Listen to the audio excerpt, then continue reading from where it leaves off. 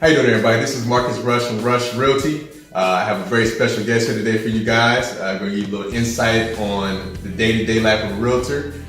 Some other questions that we're going to ask. How about you going to introduce yourself? Okay. Hey, how y'all doing out there? My name is Bert Ferguson. I'm a realtor with Rush Realty Group here in Dover, Delaware.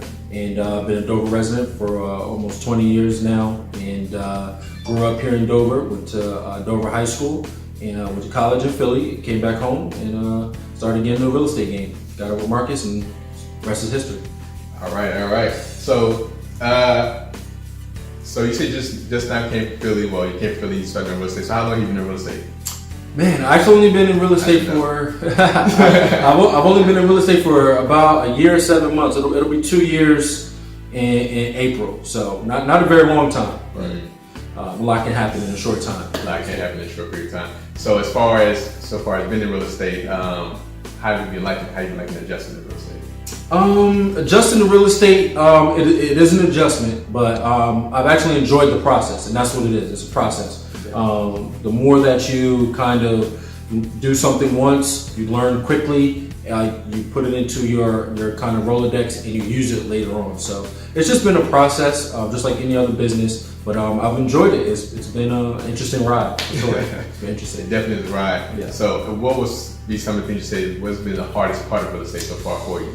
The hardest part of real estate for me definitely is in the beginning, getting started in two ways. One, knowing how to budget the money that you either have saved up or how you're going to quickly make sales to keep yourself going while the bills are incurring, but you don't have much business quite yet. That is a tricky and fine line that you need to walk.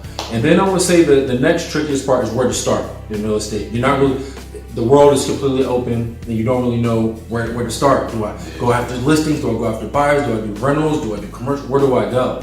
So it's difficult to find out where you start. So those two things, where to start and how to budget and keep yourself going while business is just starting. So speaking on when you were saying about how to start, and especially from a financial perspective, I see a lot of people are scared to take that leap. Yeah. One, because of startup costs. They don't think they really understand that it costs to start real estate. People think you just get a license. But no, you got your school costs. Yep. Then you got associations costs. You got test costs. Yep. MLS costs. Clothes costs. Marketing, pictures, everything. Everything. If you want to do business, it's just like any other business. You're going to have initial startup. You're going to have money to invest into it so that you can come out and present yourself as a business person, not just a salesperson. That's very true. And I think that's what a lot of people don't understand, that you are a business at that point. Once you become a realtor, even if you're at Remax or Rush Realty or anywhere you're at, you're technically the business of yourself. So you are the brand. So I think that's what I think a lot of people understand as well. And then as you're saying, the cost as far as the bills. Yeah, just you got twice a year. You've got your century lock fees. Well, if you're watching this in another region, it might be something different. But basically, our lock boxes, you pay that twice a year. You also pay access to your MLS twice a year. And then you have your continuing education credits. Sometimes you might pay for those. Sometimes you might not, depending on how you schedule it. Your association fees.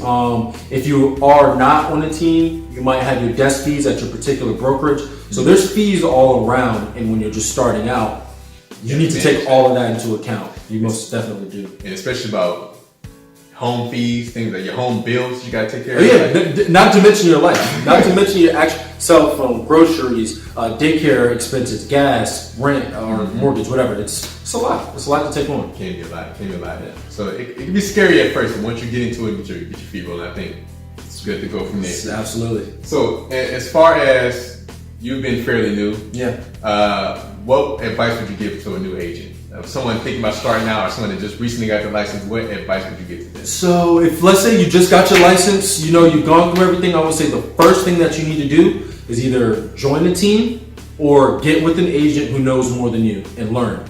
Do not make the mistake that a lot of agents make. And I can't really say, I've only been in it for a year and 7 months, 2 years, but in my short time, I've seen that agents try to go rogue. They go by themselves and they spend a lot of money in places you don't really need to spend money at, and you can go broke very quickly. So for me, one of the best things that I ever did for my career was get with Marcus, get with a team, and create a resource for myself so that I took away a lot of the pressure off of myself, whether it comes to marketing, how we're going to go about getting builders, how we're going to go about getting leads, how we're going to do community events. You know, you get with someone who knows more than you, and you learn. So that if you're new out there, man, get with either an agent, and if there's no team around that really fits what you want to do, or a team leader out there who doesn't, you know, okay, cool, there's no team. Get with an agent in your office who's killing it, or who's about to be killing it, or just, you know, that you can learn from and take their advice, you know, follow them around, be their paid assistant, you know, be their licensed assistant, do whatever you can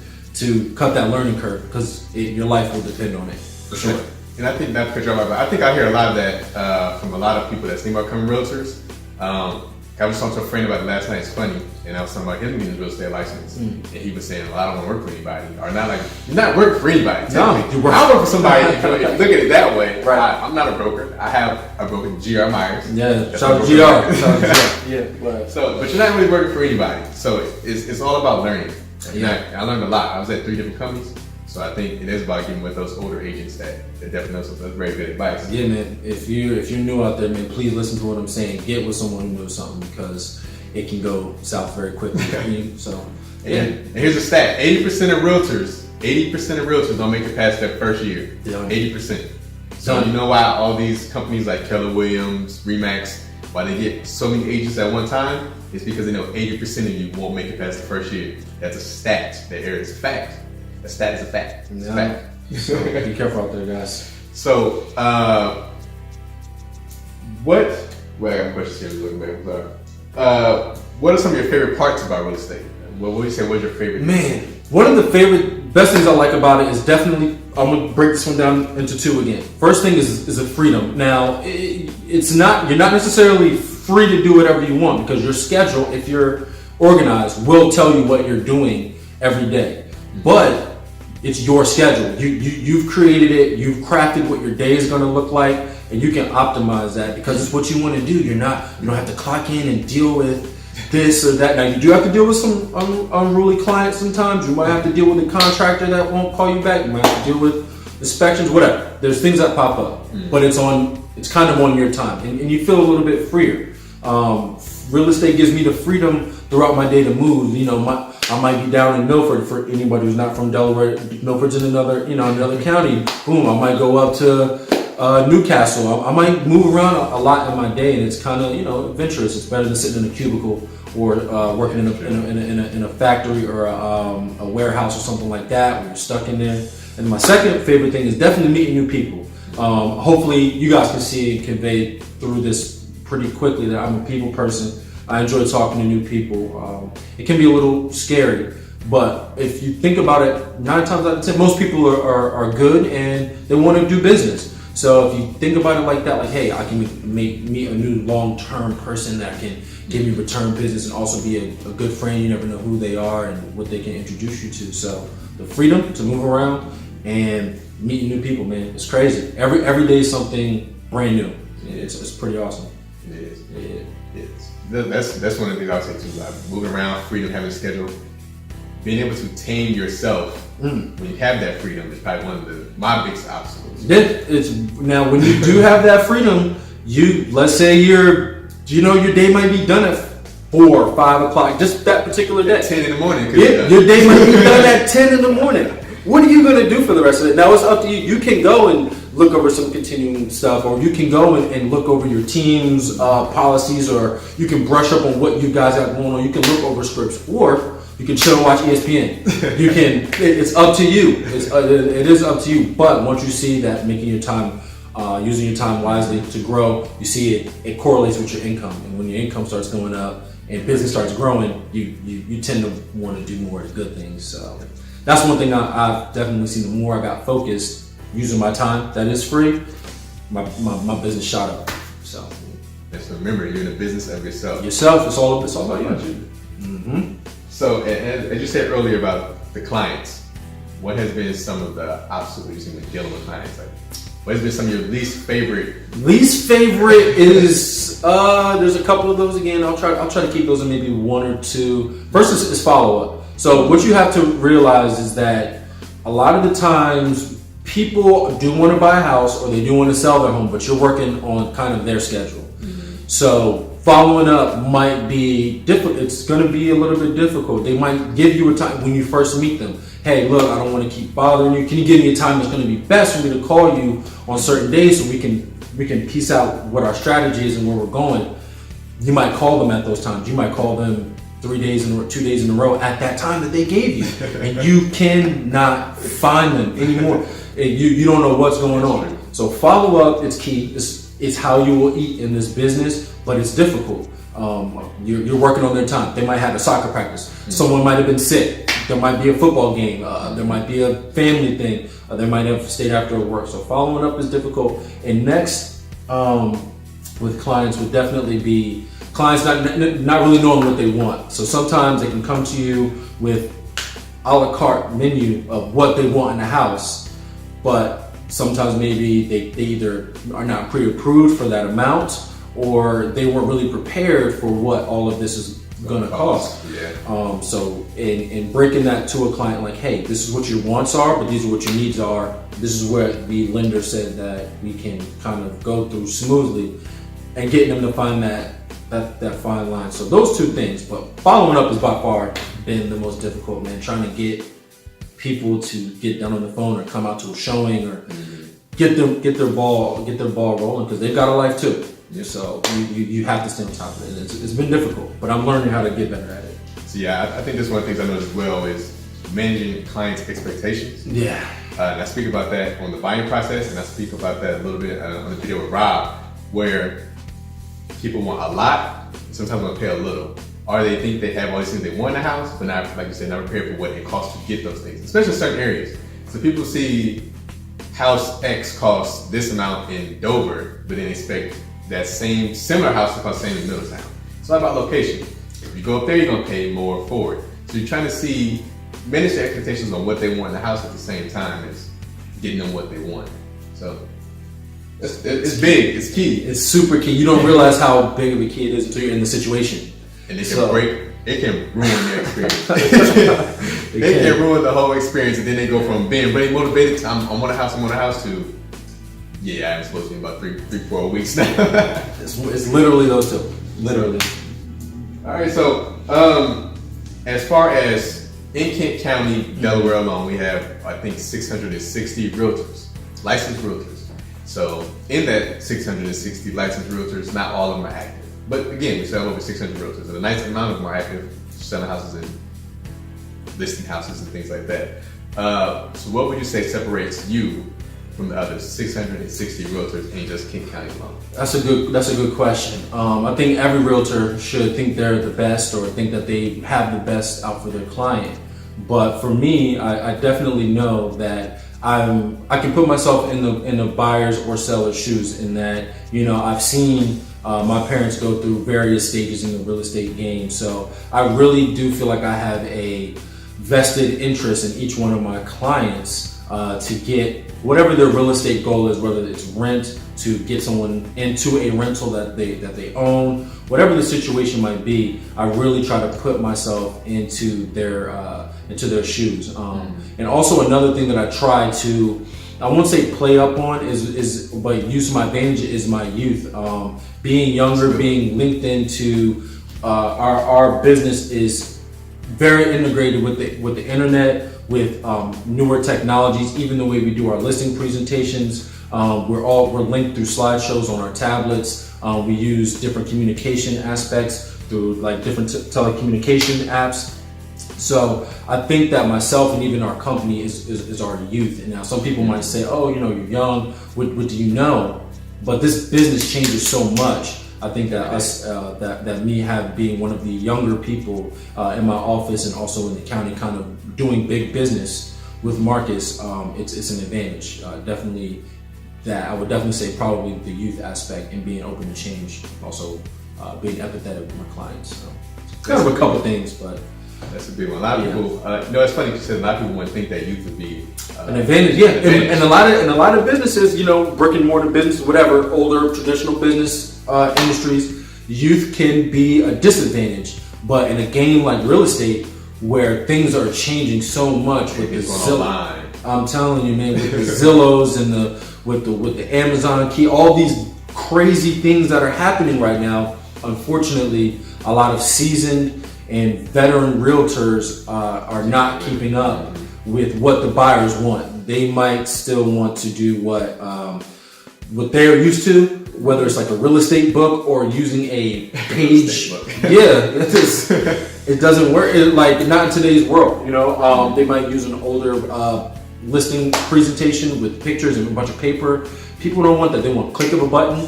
They want youth. They want fast. They want internet. These are all the things that we do like perfectly, and our records will show. If anyone does do business with us, the records will show in our listing presentation how it's helped us. So, if I had to choose one, it's gonna be my youth factor, man. It keeps me agile. It keeps our company agile. So, what would you tell an older client, you know, that's looking to sell their house, looking to buy a house? They may understand that your youth and being able to work the internet and things like that may be an advantage for you in that area.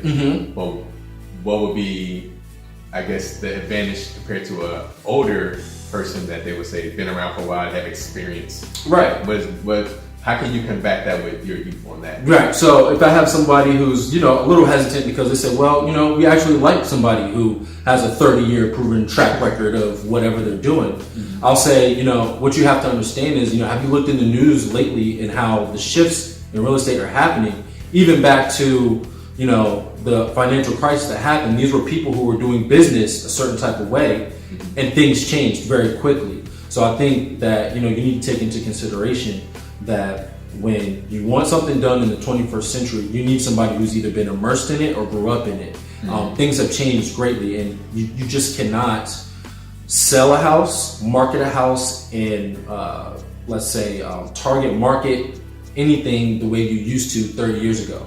So honestly, the 30 years of experience that they might have can be great, but in the 21st century, what you did last week is almost obsolete.